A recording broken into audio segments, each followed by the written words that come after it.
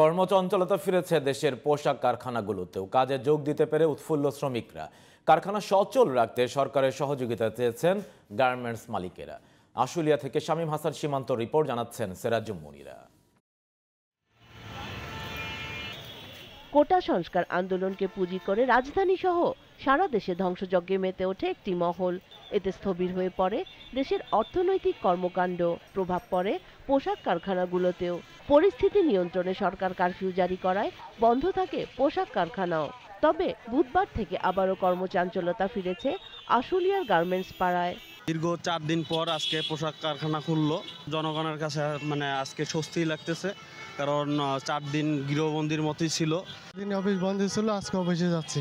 কারখানা বন্ধ থাকায় অনেক কষ্টে দিন পার করছিলেন শ্রমিকরা, তাই কাজে যোগ দিতে পেরে বেশ উৎফুল্ল তারা।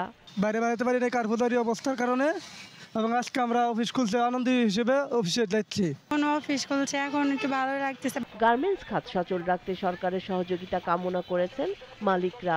চলমান পরিস্থিতিতে আসলে আমাদের বিভিন্নমুখী সমস্যার সম্মুখীন হতে হয়েছে। তার মধ্যে অন্যতম হলো বায়ারের সাথে মেইল কমিউনিকেশন। সার্বিক বিবেচনায় আমরা চাই এই ধরনের পরিস্থিতি আর আমাদের না আসুক, ওভারঅল দেশের অর্থনীতি এগিয়ে যাক, এতটুকুই আমাদের প্রত্যাশা। বিজিএমই এর তথ্য মতে প্রতিদিন পোশাক খাতে লোকসান হচ্ছিল ১,৬০০ কোটি টাকা। এ হিসেবে গত 3 দিনে এ খাতে ক্ষতি হয়েছে প্রায় ৫,০০০ কোটি টাকা। সেরাজুম মুনিরা, জিটিভি নিউজ।